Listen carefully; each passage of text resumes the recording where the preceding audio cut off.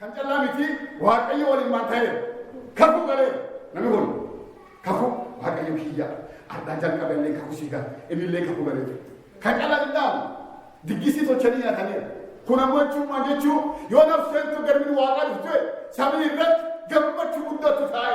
Ameen. Hallelujah. Ameen. Yoo namni sun garbiin waaqayyoo deemi ila ati gubbaatti gammachuu guddatu ta'e sagalee waaqayyoo. Ameen. Kanaan dhaama. Ati kanaan callaan beekte jedhe. Kakuu callaan beekte wayaan siigi kanaan beekte karibitti jira. Namni kana haloo yaa'uu jeefte miin isaa qoraachuun sun guddoo olaante. Kanaaf kophee gaarii itti fide. Ameen. Kophee gaarii maal tolchee? Itti naakaa jedhe.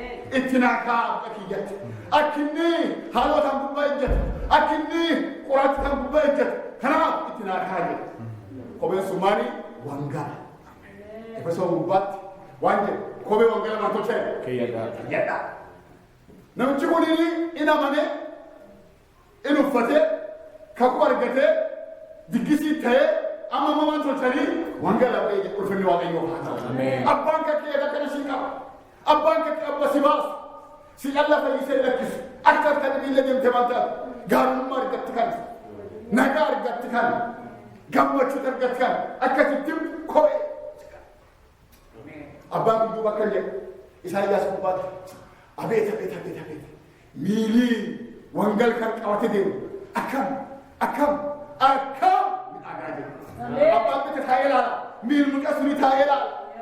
Kakootiitti kaan kakootii isaa hinnu. Kiristoos hin jenne intalina qubee keeyyatee diggis gochanii kopheetti kaanee innaan doon taa'ee ilaala. Akkam namatti tolaa jedhe miilii wangal qabate deemu ulfinni waaqayyoo haa ta'u. Ameen. Hallelujah. Abbaan keenya kanaafuu yaala. Abbaan keenya kanaafuu yaala. Abbaan keenya kanaaf si yaala. Yaa obboleeyyan kiyya kan dubbadheetti obbaase abbaan keessan isin lakkisuu danda'a. Abbaan keessan fuudhi isanii guuruu danda'a. Abbaan ammoo yeroo isanii lakkinu abba tokkotu jira. Gooftaa Yesuus abbaa keenya. Ameen. Waan uffatan kee jiraadha. Guyyaan dhalli harkisa sanii bal'aa. Harkisanii bal'isa sayyaa. Kottu buta kiyyaadha si jaaladhaa. Meebii jaalannam dhibira dhabuu dandeetta. Jaalannam dhibira dhabuu dandeetta. Tajaajiltoota jaalala dhabuu dandeetta. Fula yaadduu jaalala dhabuu dandeetta. Harkallee addiman jedhe kun andalarsi qaba jedha. Abbaan kun araarsi qaba jedha. Abbaan kun ulfinni qaba jedha. Yaa gubba kiyya darbi kootti jedhu waaqayyo. Ameen. Yaa obboleeyyan kiyya waaqayyoon abba keenya. Gara abba keessanii deebi'a. Gara abba keessanii isanii keenya hummaan jirtu nama kan mataa keessan qaqqabatan. Akka namni tokkollee wallaallee barbaadu. Ilkeessa tufadha. Dhoowwaani. Sagalee waaqayyoo fayyada keenya.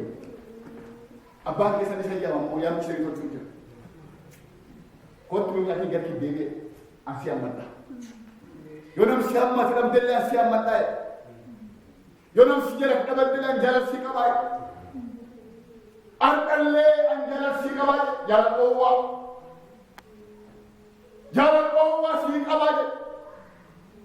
Kanaafuu gara abba kiyyaan deebi'a. Waaqayyoon abba kiyyaa ani jettan qumuun cala agarsiisa.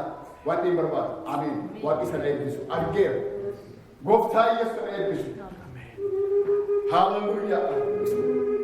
Onne keessanii gara abba keessanii deebi'a. Abbaan keessanii ulfeessa. Ragaan tolaa biyya namamaa. Hallelujah. Ragaan toloo bakka tooyya mana namamaa. Abbaan keessanii san simata. Abbaan keessan isa hammata. Abbaan keessan guyyaa dhallaan jala isanii qabeedha. Hallelujah. Rogaabaan tolaa biyya namamaa. Ni kotta gara. Kotta.